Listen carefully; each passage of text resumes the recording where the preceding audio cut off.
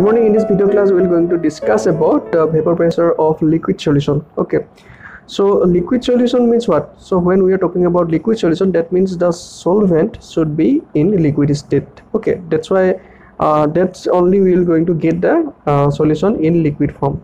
So that's why it is known as liquid solution. Understand?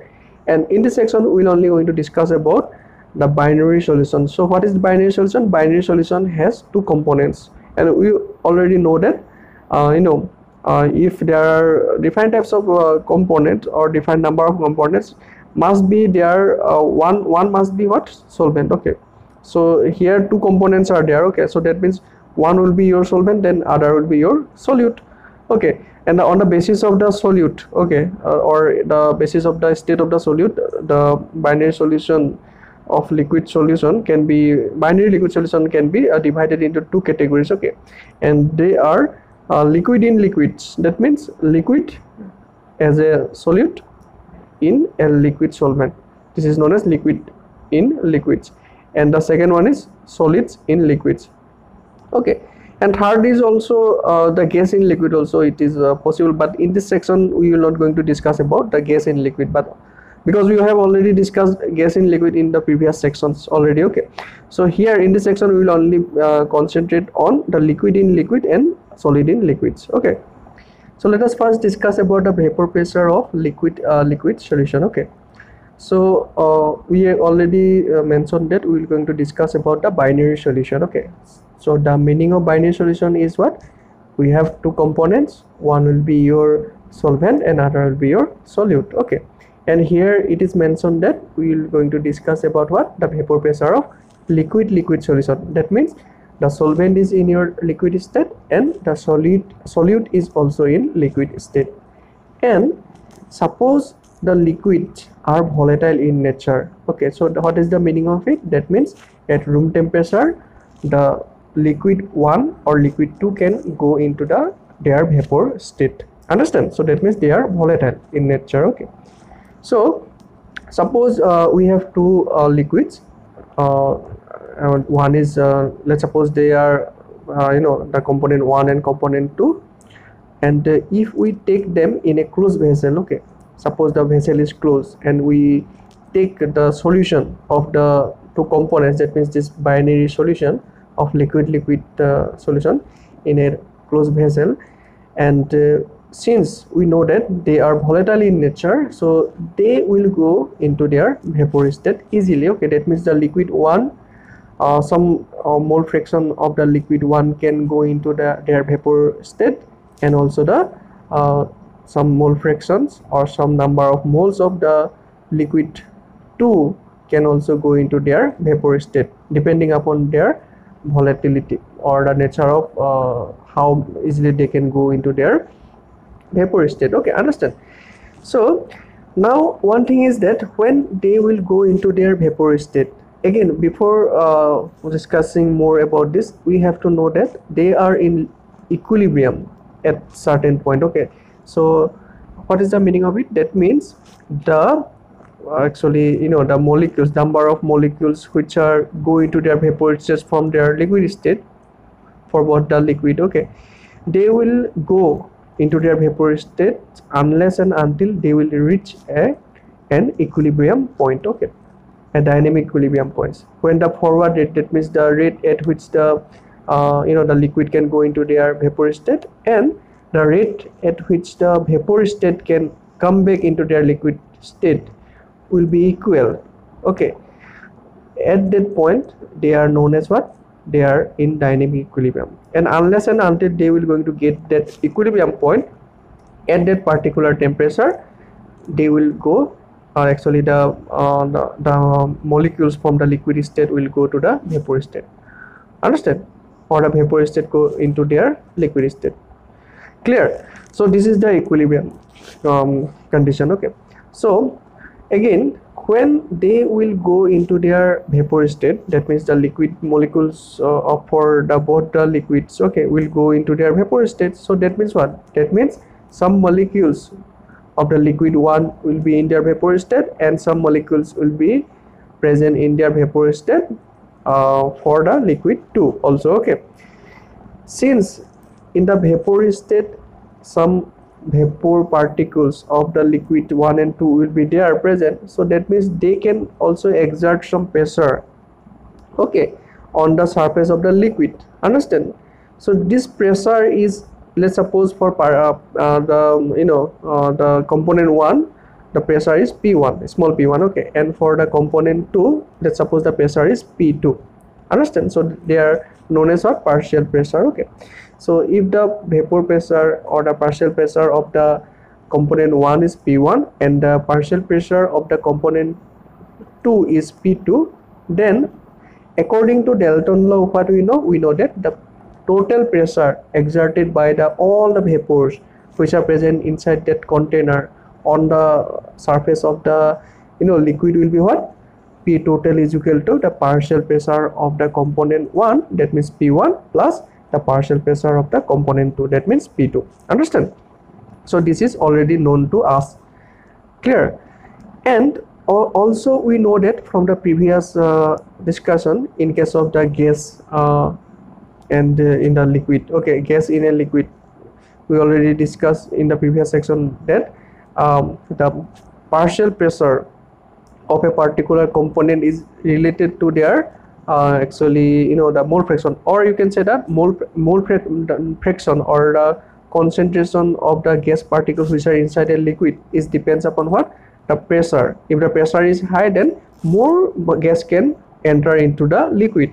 We already discussed in the previous section, okay. Similarly here also the partial pressure will going to determine that, it means the vapor pressure, okay, that means the vapor partial pressure, that means P1, small p1 is actually the partial pressure of the component 1. This is what? This is actually the vapor pressure of the component 1, okay, and this pressure will going to determine the what? The concentration of the component 1 present in the solution. Understand? So if the P1 is high, then what will going to happen? More X1 will be going to present. So we can write that the X1, that means the mole fraction of the component 1 and the mole fraction of the component 2 are related with the partial pressure of the components. So up to this I think you understand, okay. But here here we are talking about what? The liquid solution, but in previous section we discussed about the gas which are in a liquid, okay, the partial, or you can say that gas in liquid we discussed in previous section, okay. But here we are going to discuss about what? Liquid solution, okay. So that means there will be some difference between the relation of the mole fraction on and the pressure, okay, the partial pressure. Actually previously we know that from the Henry's law, actually the P1 is equal to KH X1, okay. But here one French chemist named Francois Martin Raoult in 1886 gave one quantitative relationship, that means a numerical relationship, okay, between the the mole fractions of the liquid components which are X1 and X2 and the partial pressure, okay. And this relation is known as Raoult's law, okay. And this can be only applied in case of what? If the liquids, if first of all the solution should be liquid and liquid solution, okay, and the liquid, if the liquids are volatile in nature, then only we can use this relation, okay. Understand? And according to this law, actually if the liquids, okay, if the two liquids are volatile in nature, then the partial vapor pressure of each component in the solution is directly proportional to its mole fraction. So that means what? That means suppose you have liquid solution, okay, so and they are volatile in nature. So if they are volatile in nature, then the component 1 and component 2 can easily go into their vapor state, okay. So once they will go into their vapor state, that means they are present in their vapor state, okay. So because of the presence of these vapor molecules, okay, of component 1 and component 2, they will going to, this vapor will going to give some pressure on the surface of the liquid, and this pressure P1 and P2 is directly related to the mole fraction of X1 and X2, okay. That means the concentration of the x1 and x2. What is x1 and x2? x1 and x2 are actually your mole fraction, and mole fraction is a actually way of expressing the concentration. Okay, so if x1 is higher than x2, then the P1 will also be higher than greater than P2, but it is also related to their one more factor. We're going to discuss it. Okay, but the main thing is what? Main thing is that the partial pressure of the vapor state, okay, not the liquid, the vapor state, the partial pressure P1 and P2 is directly related to x1 and x2. So what we can write? We can write that P1 for component 1, we can write P1 is directly proportional to x1, and to remove this actually proportionality sign, we can use a constant which is actually P1 naught. And here the difference between the previously studied the Henry's law, and this is what? This is Raoult's law. Okay, Henry's law is only applicable for what? If the solute is in your gaseous form, that means gas in liquid, but here liquid in liquid. Okay, but the both the liquids in this case are in volatile in nature in Raoult's law, but in the case of the Henry's law, the solute is in gas and the solvent is in liquid form. Okay, understand? So this is the difference. And in case of Henry's law, we use the KH. The constant is what? Proportionality constant is your Henry's law constant, which is KH. Okay, but here the proportionality constant is only the pressure P1 naught. But what is P1 naught? P1 naught is actually the the pressure, the vapor pressure of pure component 1. That means what is the meaning of it? The meaning of it is that here we consider what? In this case we consider liquid solution. Okay, but if we only take only the component 1, that means it is not a solution, it is only a liquid, only one liquid. Let's suppose we take in the closed container only the liquid 1. Understand? That means let's suppose we take only the solvent, not solute. Okay, then because this is also your volatile liquid. Okay, because they can easily go into their vapor state. Okay, so because they can go into their vapor state, only the liquid 1. Okay, because we are taking what? In the cylinder only we are taking the component 1 first of all, and this liquid component 1 can easily go into their vapor state, and the molecules which are in the vapor state can also going to exert some pressure on the surface of the liquid. Okay, so this pressure is actually P1 naught, because we only take what? We take only one component, that means it's the pure component. So P1 naught is the vapor pressure of pure component if we take the only one component in one container. Understand? Then we can calculate the P1 naught. Similarly also we can calculate P2 naught also. Okay, so here it is written that where P1 naught is the vapor pressure of pure component 1 at the same temperature. That means the temperature at which we actually calculate the P1 and P2 also. Okay, that means for the mixer also the temperature should be fixed. Okay, it may be a room temperature, it may be 25 degrees Celsius, the temperature should be fixed. Similarly for component 2, P2 is equal to P2 naught x2. Same thing. Okay, so here P2 represent what? The vapor pressure of the pure component 2. Okay, again according to Dalton's law we know that what? P total is what? The total pressure is equal to P1 plus P2. That means partial pressure of the component 1 plus partial pressure of component 2. So we can substitute this value of this P1 and P2 which are obtained from what? Obtained from your Raoult's law. Okay, that means we are going to blend two laws. One is Dalton law and the other law is what? Raoult's law. So we can blend these two laws and we are going to derive an equation. Okay, so here you see the P total is equal to P1 plus P2, and we are going to use the equation 2.12 and 2.13 which are obtained from Raoult's concept, and we are going to use this in equation 2.14. Okay, and it will going to give you what? x1 P1 naught plus x2 P2 naught. And we know that the this solution is what? Binary solution. So that means we already know that the mole fraction, the addition of all the mole fraction is equal to what? 1. Okay, that means here only two components are present, so x1 plus x2 is equal to what? Tell me. It will be your 1. Okay, the mole fraction x1 plus mole fraction x2 is equal to 1 because two components are there. Let's suppose we have three components, then x1 plus x2 plus x3 is equal to 1, but here only two components, that means binary solution is, we consider only binary solution, so x1 plus x2 is equal to 1. Understand? So we can write in place of x1 what? x1 plus x2 is equal to 1, so we can write x1 is equal to 1 minus x2. Okay, so 1 minus x2 p1 naught plus x2 p2 naught, so p1 naught plus p2 naught minus p1 naught whole bracket x2. So now we have the equation. Okay, so we have the quantitative equation. So what is the meaning of it actually? What is the physical meaning of these equations? Okay, which is obtained from the Raoult's law and also the combination of Raoult's law and Dalton's law.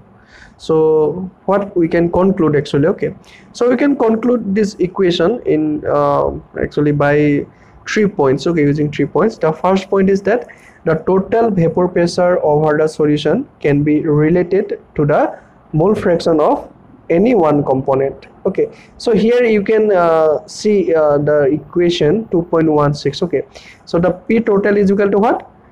It is only related to x2. You see x2, and here p1 naught and p2 naught and p1 naught. Actually this p1 naught and p2 naughts are what?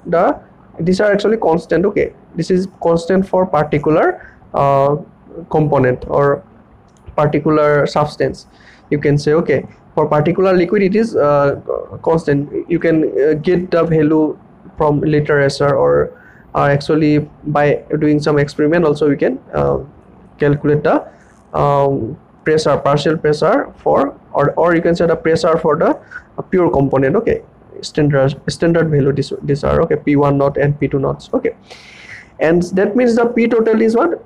P totals will only going to depends upon the x2 in this case in the equation 2.16. okay, understand? So that means the P total is depends upon only the mole fraction of here component 2 in this relation. Okay, 2.16. but again we can express this x2 as what? 1 minus x1. So then that means P total in such cases it will depends upon what? x1. Understand? So the meaning of this point 1 is that the total vapor pressure over the solution, that means P total, can be related to the mole fractions, that means x. Okay, x is the mole fraction of any one component. That means the P total either will going to relate with x1 or x2. Here in equation 2.6 P total is related to x2, but we can convert this x2 into x1 also. Okay, that means 1 minus x1. That means we only by knowing the value of x1 or x2 or x2. Okay, either any one of them. Okay, and the constants are what here? P1 and P2 naught, P1 naught and P2 naught. Okay, we can calculate the total pressure, or you can say that if you know the P total, that means the total pressure of the vapors, okay, of component 1 and 2, and also the pure pressure, that means P1 naught and P2, we can calculate the mole fraction of the the components 1 and 2 present in the liquid, because from equation 2.16 we can calculate x2, okay, by knowing the P total, P1 naught and P2 naught. Okay, understand? And if you know x2, then you can also calculate x1 by just subtracting x2 from 1, because x1 is equal to 1. We know that x1 plus x2 is equal to 1, so x1 equal to x2, sorry, 1 minus x2. So you can calculate. Okay, so this is very interesting one. So now coming to the second point. What about the second point? Second point tells you that the total vapor pressure over the solution varies linearly with the mole fraction of component 2. So here if you consider the equation 2.16, then you see P total is equal to what? P1 naught plus P2 naught minus P1 naught into x2. So can you express this equation in equation of a straight line? We know that equation of a straight line is what? Y is equal to mx plus c. here we can express this equation as a straight lines. You see here, in place of y you can write p total. In case of your m, that means the slope, you can write p2 naught minus p1 naught. Understand? And in case of x you can write x2, and in case of c you can write p1 naught. That means your slope will be p2 naught minus p1 naught. That means if you know the slope, you can calculate p2 naught minus p1 naught from a graph. Okay, and if you know the intercept, then you can know the value of p1 naught. Understand? So actually this equation is a equation of a straight line. So that means if it is a equation of a straight line, that means what? Equation of a straight line means what? That means the total vapor pressure will going to vary linearly with the mole fraction of component 2. Straight line means it will going to vary linearly. Okay, so this is the meaning mathematics. Okay, so when you are studying mathematics, try to understand the physical meaning of the mathematics. Okay, what is integration, what is differentiation, okay, what is the meaning of straight line, what is the meaning of the e to the power x. Okay, so what is actually the exponential growth. So try to understand the main physical meaning, not try to memorize them. Okay, try to understand what is the physical meaning of any mathematical function. Also try to understand the physical meaning of the equations like this, the equation 2.16, okay, or the equation of Newton, F is equal to ma. What is the meaning of physical meaning of F is equal to ma? Try to understand. Okay, so once you understand, no need of memorization. If once you clear your concept, then it will be remain in your mind for your lifetime. Okay, now coming to the point 3, that means third point. Here it is written that depending on the vapor pressures of the pure component 1 and 2, that means P1 naught and P2 naught, okay, depending upon the vapor pressures, total vapor pressures over the solution decreases or increases with the increase of the mole fraction of the component 1. So you can understand this by using this figure 2.3. okay, see here the P1 naught is actually lower than the P2 naught, okay, in this case figure 2.3, and the x1 is actually increased from right to left. You see, in the right hand side x1 is equal to 0, and in left hand side x1 is equal to 1. okay, so it is increased from right to left. Okay, so once the the component 1 is increased from actually right to left, then the value of the P total is decreasing from P2 naught to P1 naught. You see this graph. Okay, so actually it is depends upon what? Depends upon the value of P1 naught and P2 naught. Suppose the P1 naught is higher than P2 naught, then it will going to have what happen? Then the the increment of this x1 from 0 to 1, the P total will going to increase from P2 naught to P1 naught if P1 naught is higher than P2 naught. Understand? So that means we understand that the total vapor pressure over the solution, okay, decreases or increases with the increment of the mole fraction of component 1, and it will going to determine whether it will going to increase or decrease by what? By actually knowing the value of the component 1 and the vapor pressure of pure component 1 and 2, that means P1 and P2 naught, P1 naught and P2 naught. That means if the P1 naught is less than P2 naught, then with the increment of the x1 from 0 to 1, the total pressure will going to decrease. If the P1 naught is higher than the P2 naught, then with the increment of x1 from 0 to 1 will going to increase.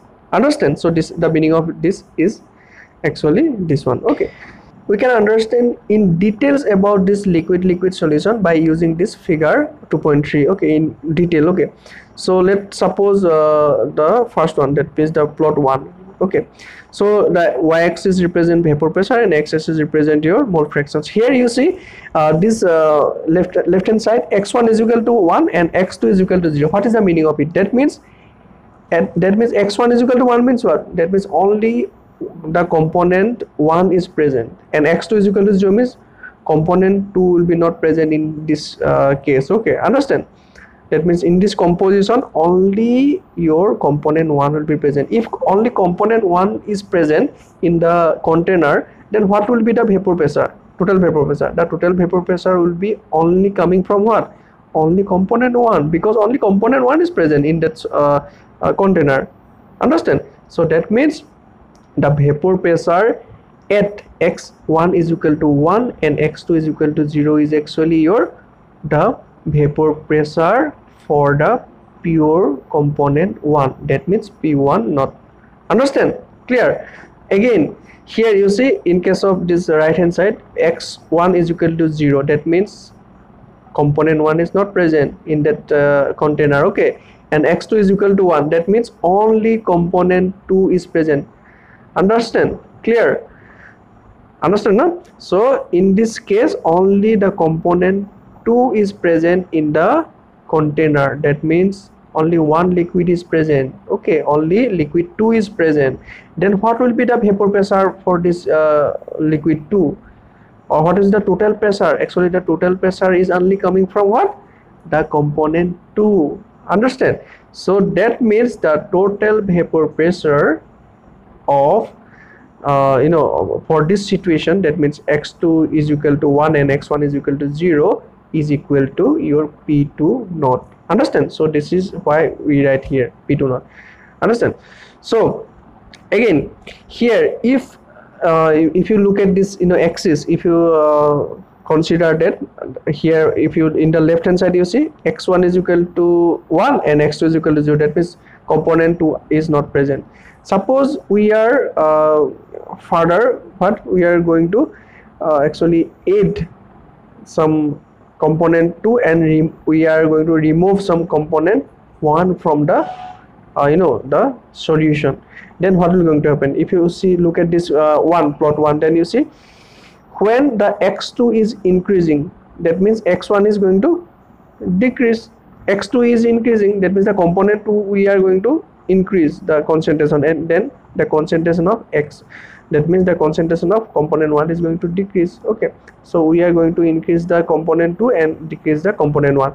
So that means the P1, the pressure of the total pressure which is coming from 1 will going to what? Decrease, because we are actually here, you see, we are from left hand side to right hand side, we are going to remove the component 1 from 1 to 0. That means at the right hand side component 1 will going to be totally removed from the the container. Okay, so in such cases actually it will going to decrease from P1 naught to 0, because it is first it was P1 naught, because at that condition the component only 1 is present. Okay, and we are going to remove the component 1 slightly, okay, continuously, and we are going to add component 2.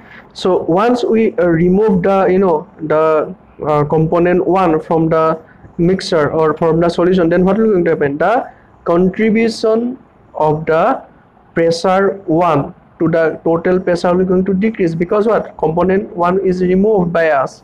If we remove them, then what will they will not going to contribute to the total pressure, because they have less amount of the concentration. Understand? So it will going to decrease. Okay, and once the component 1 is removed completely from the solution, then there will be no component 1, then they will not going to contribute anything into the total pressure, so it will become 0. That means this curve, okay, curve 1, you see, initially when the x1 is equal to 1, the P1 is actually equal to P1 naught. Okay, but it will going to decrease to 0 when no more component 1 is present in the solution. That means the P1 equal to 0 at x1 is equal to 0. Understand?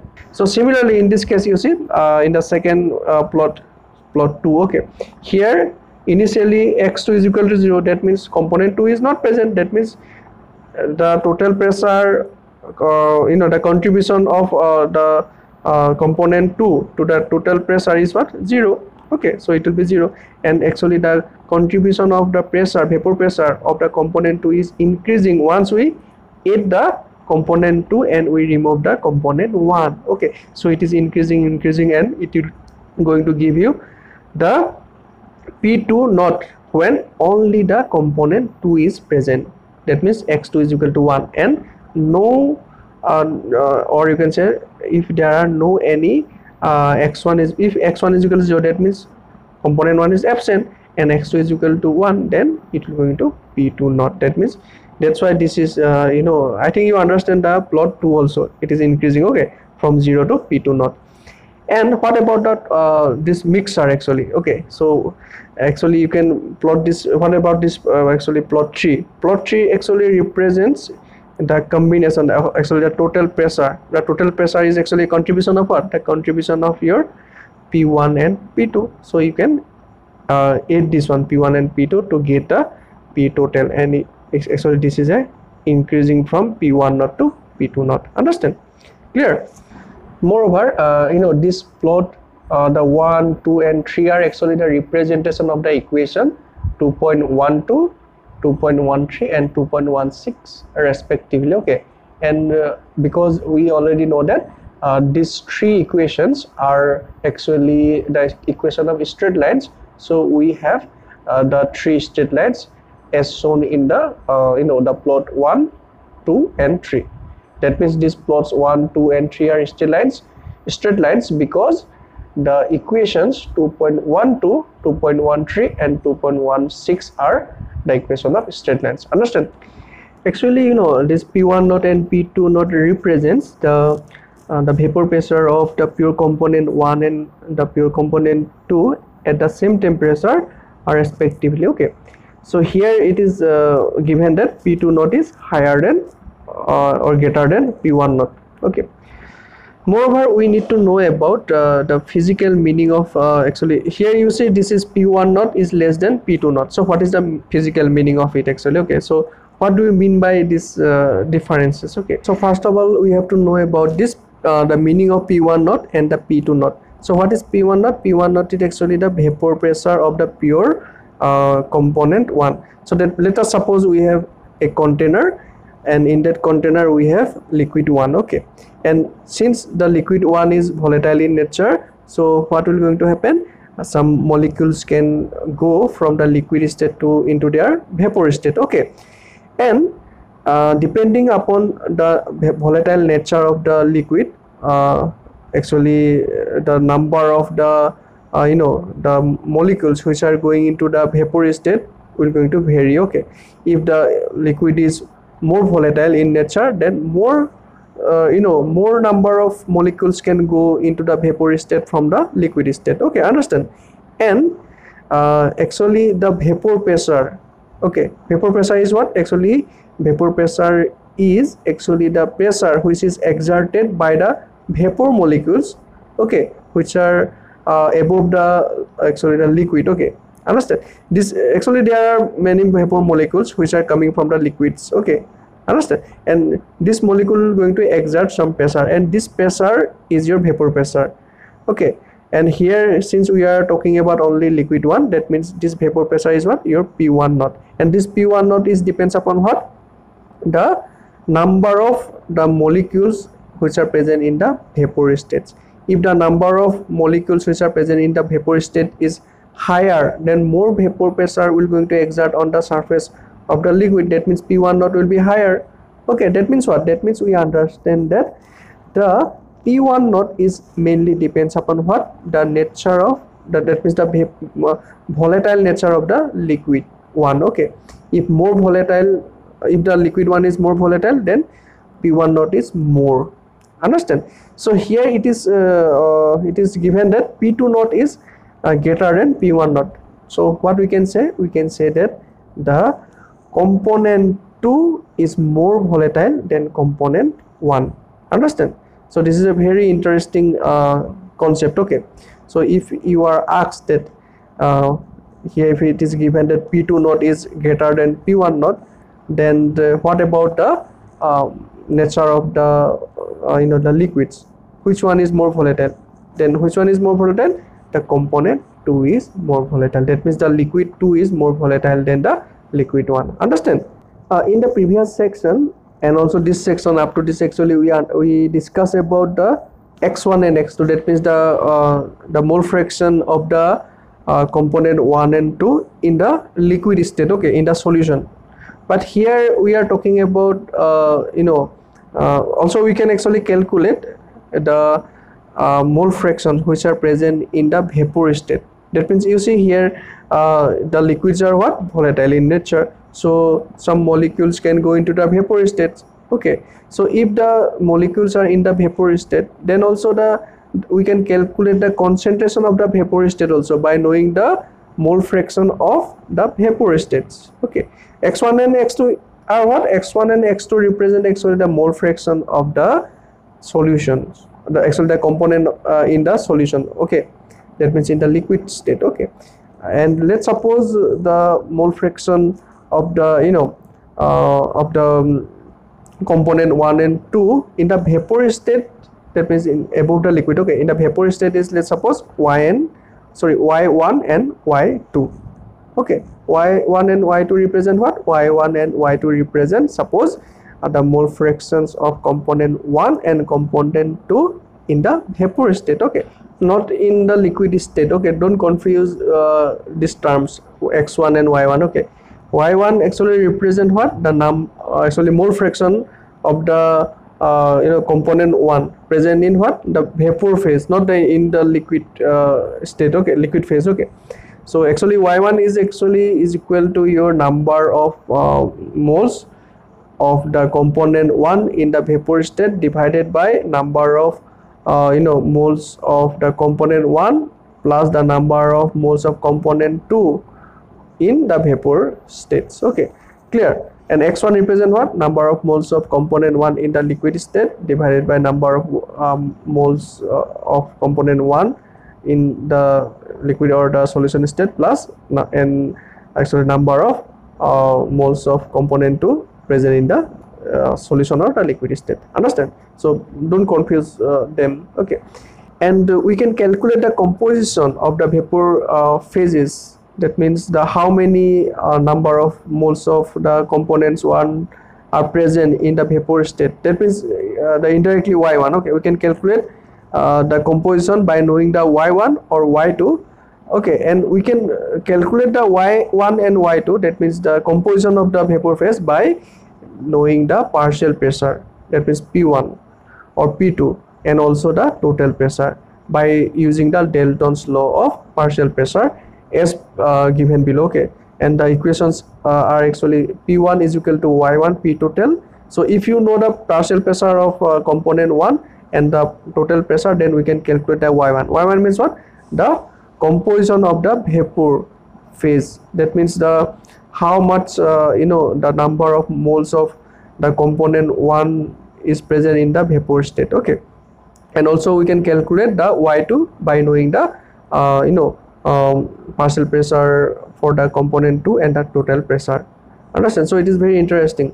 So we can calculate the x1 and x2, that means we can calculate the concentration of the solution, okay. X1 and x2 actually are the concentration, okay. It is actually mole fraction of the liquids, okay, 1 and 2. And we can also calculate the actually composition of the vapor state also by knowing the partial pressure. So it is a very interesting view, okay. And in general actually it is it can be represent Pi is equal to yi P total, okay. So some question may come from this also, okay. So don't confuse with this x1 with y1, okay. So there are a very huge difference between x1 and y1. X1 represent the mole fractions of the component 1 in the solution, liquid state, okay. And y1 represent how much actually number of moles of the component 1 is present in gaseous state, that means, okay, that means the composition of the vapor state, okay, clear. So if you know the y1, then you can calculate the y2 also, same thing, okay. Y1 plus y2 is equal to 1, because this is also the mole fraction. So mole fraction, if we add all the mole fraction, it will be equal to 1. That means if it is binary solution, then x1 plus x2 is equal to 1, or y1 plus y2 is equal to 1. If it is trinary solution, then x1 plus x2 plus x3 is equal to 1, y1 plus y2 plus y3 is equal to 1. Simple. Okay, and try to do this example, okay, 2.5, because by doing this example you have actually you can clear your concept about this y1 difference between y1 x1 and x2 and y2. Okay, I'm not going to do this example in this video class, so try to do it. Okay, and if you do more and more problem, then your concept will be more clear. Okay, and I think for today it is enough. So in the next class we're going to discuss about some new topic. Thank you.